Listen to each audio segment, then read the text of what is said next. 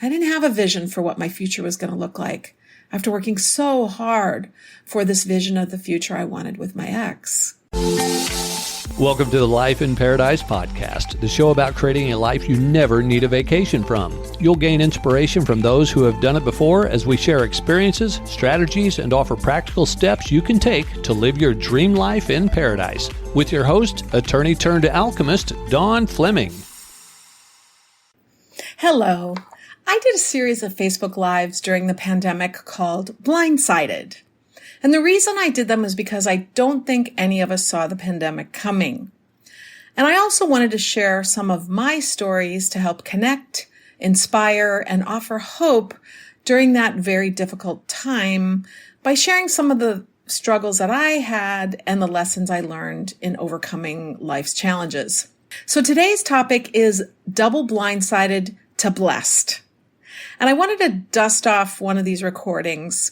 I never published them as a podcast episode, and there's some really great stories in there. So, as you know, Tom and I just celebrated 20 years of marriage.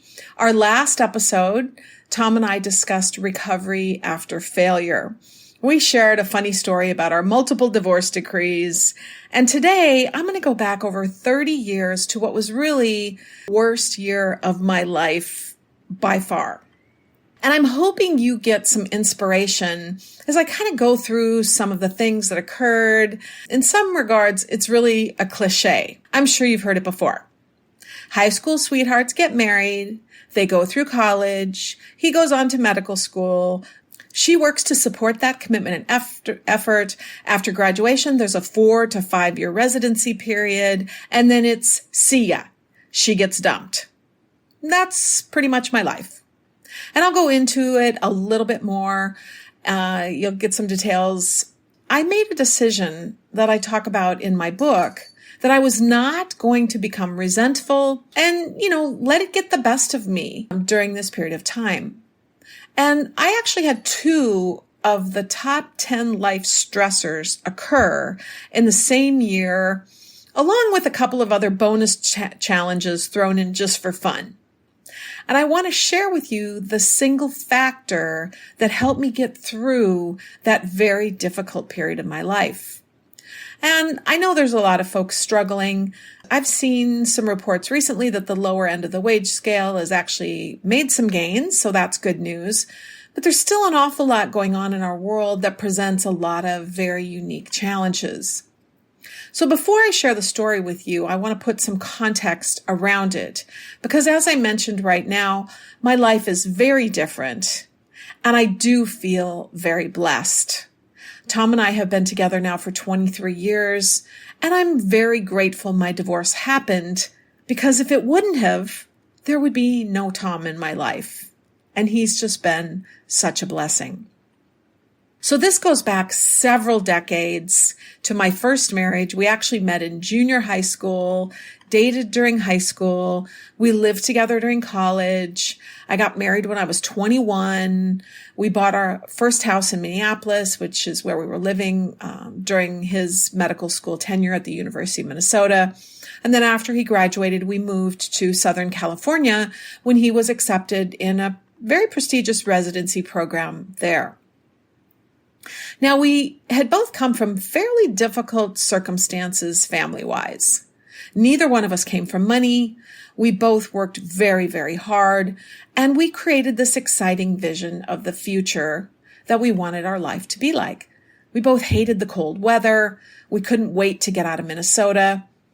I don't know if you can relate, but have you ever worked really hard for a big goal and then in the blink of an eye, it's snapped away from you, seemingly vanishing in a moment? That's how I felt. And it can be utterly devastating. And that happened during our second year in California. We were both still working really hard, and he was putting in 100 hours a week in his residency program. The first year of residency, I think his salary was around $24,000 a year, which, even though it was a long time ago, that's not a lot of money, especially in Southern California. In fact, that was one of the reasons we were hesitant about going to California was the high cost of living, especially housing. But that's where we landed. And in the second year of residency, you're actually a licensed physician. And so you're able to moonlight, basically side gigs to make extra money. And while you're still working a lot of hours, at least financially, things are getting better. We were starting to be able to travel, and I really thought things were going well. I'd landed a pretty good job right away in marketing and real estate, but I was only there a short period of time because just a few months later, I was offered a really great job as a mortgage banker. It was work I had done and enjoyed in Minnesota. So, obviously there's a lot of stress still in both of our work situations, but I was really excited about our future, and it was literally out of the blue. He just announced to me, Dawn, I don't want to be married anymore. Boom. I didn't see it coming. We had just purchased a great little house, nice neighborhood. It literally took my breath away. Like I said, I didn't see it coming at all. Now, I knew he was having some challenges, but sometimes when you reach a big goal, there can be a little bit of a letdown. Maybe you have some idealistic vision of what your work's going to be like, and then, it doesn't really match up. So I just thought that's what it was. It seemed to me that we were just kind of getting used to this new way of life without all the financial worries. And I had no support system other than him. I was devastated, and his announcement nearly killed me. We'd only been there a short period of time. Like I said, maybe a year and a half or two, the most. I had left all my really good friends behind. Sure, I'd met some coworkers. I had some acquaintances, but I really had no one close to me at that time. Certainly no one I felt I could turn to. And I was embarrassed that our fairy tale future was never going to happen. It was a very difficult period of time. I eventually developed a plan B, but initially I had no clue what I was going to do. I was suddenly single, really for the very first time in my entire life at age 30. My plan B was, I'll just go back to school. He and I talked about it at times. It was, I'll support you while you go to school. And then when you finish, if I want to go back to school, I can. And of course, it became apparent my turn wasn't coming. So I had some interest in law. And the first year in California, I actually looked into a paralegal program. Then I was like, well, if I'm going to go through that much work, even my ex said, well, why don't you just become a lawyer?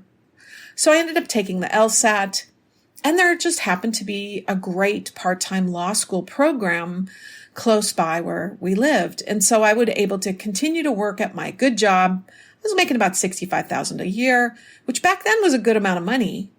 And I was like, okay, I can do this. I can work full time. I can go to school part time. We never had kids, so I didn't have children weren't a consideration. And I was starting to accept my new reality and future. I thought if I can just get good grades, then I can get that good job and everything will be just fine. But a few months later, after I was served with the divorce papers, I got fired from my job. That was the double blindside. And I didn't see that one coming either. We'll be back in a moment.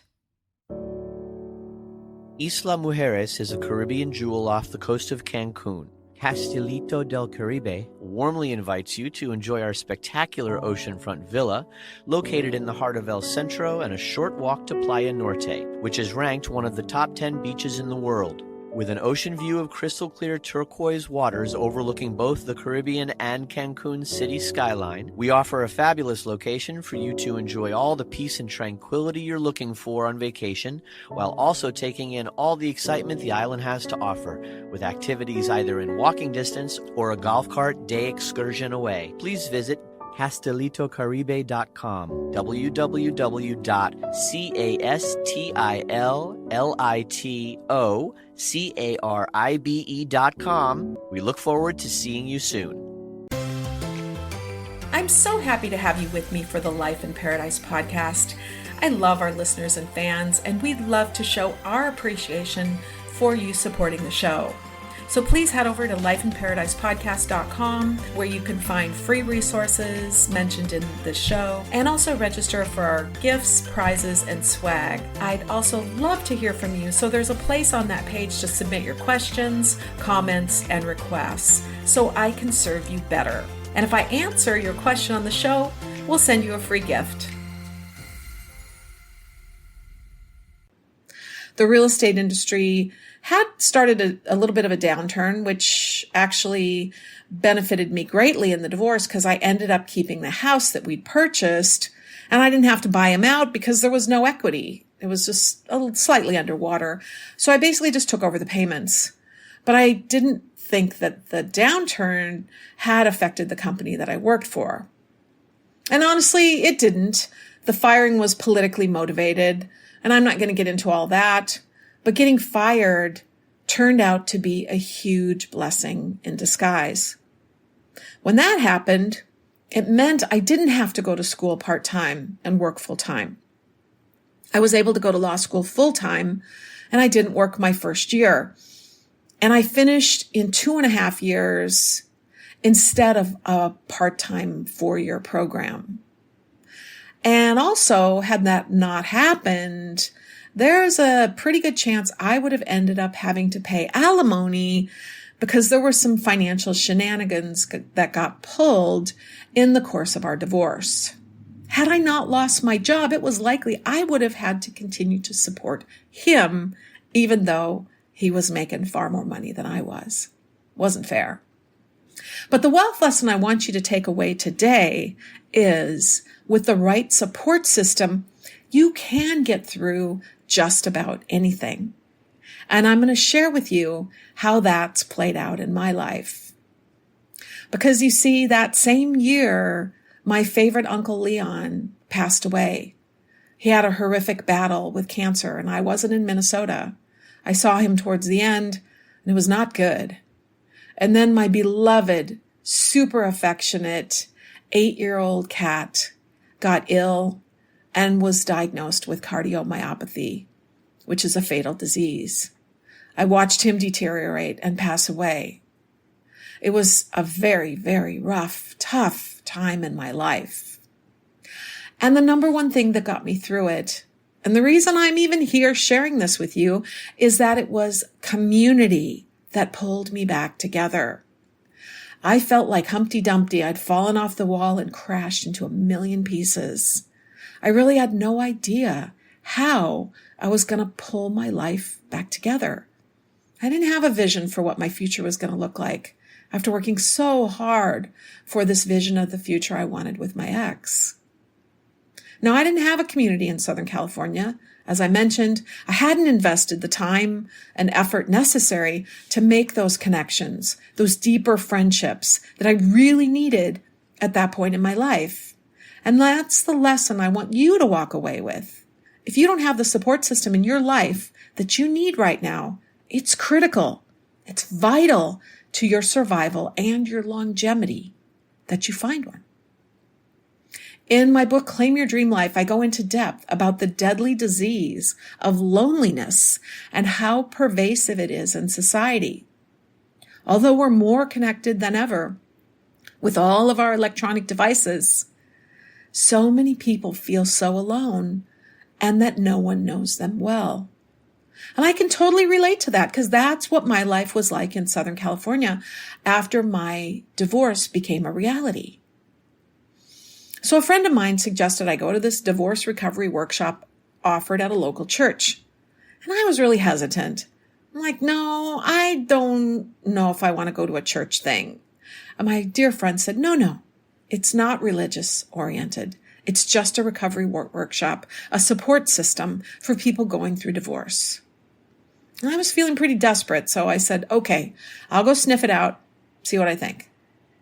And I'll never forget walking in the door of that sanctuary where hundreds of people, I don't know, maybe 300 to 400 people sitting there going through the exact same thing that I was.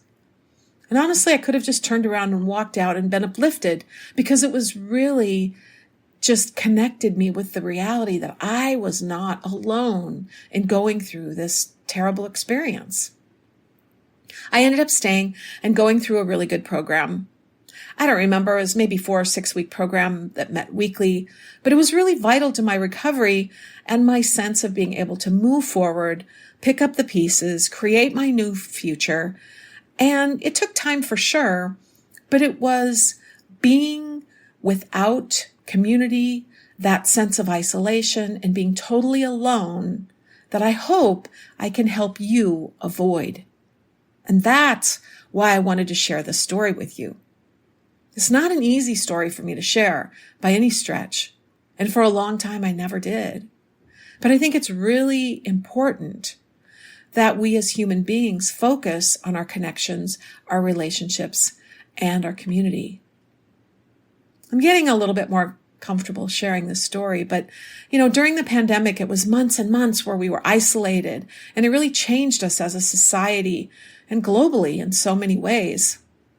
So I have a little action item assignment for you. Go join a group.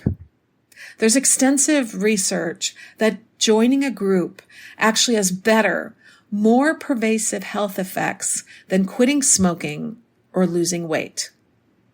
And it's certainly a lot easier to join a group than those other two goals, right? It doesn't have to be anything profound. I mean, it could be a bowling team, a book group, a hiking club, any group of people where you're together in a community. You can develop these friendships, these relationships, these support systems that are there for you in times of crisis or blindsided or even just normal life. You can develop these friendships and know that there are people who care for you. It's so impactful and important. And so I hope you run with this little assignment and can relate that to the content in this episode. So as we go forward, I'm going to be sharing more blindsided stories with you. I have so many. I've been blindsided so many times in my life. It's funny. The more it happens, the more resilient you become. So if you can develop the skills for navigating these, little tricks that life plays on us and try to find the good in them, which can be really, really hard in the moment. But as I look back now, as I mentioned in the podcast last week, I don't have a bit of resentment towards my first husband. I haven't spoken to him in decades. I hope he's doing well.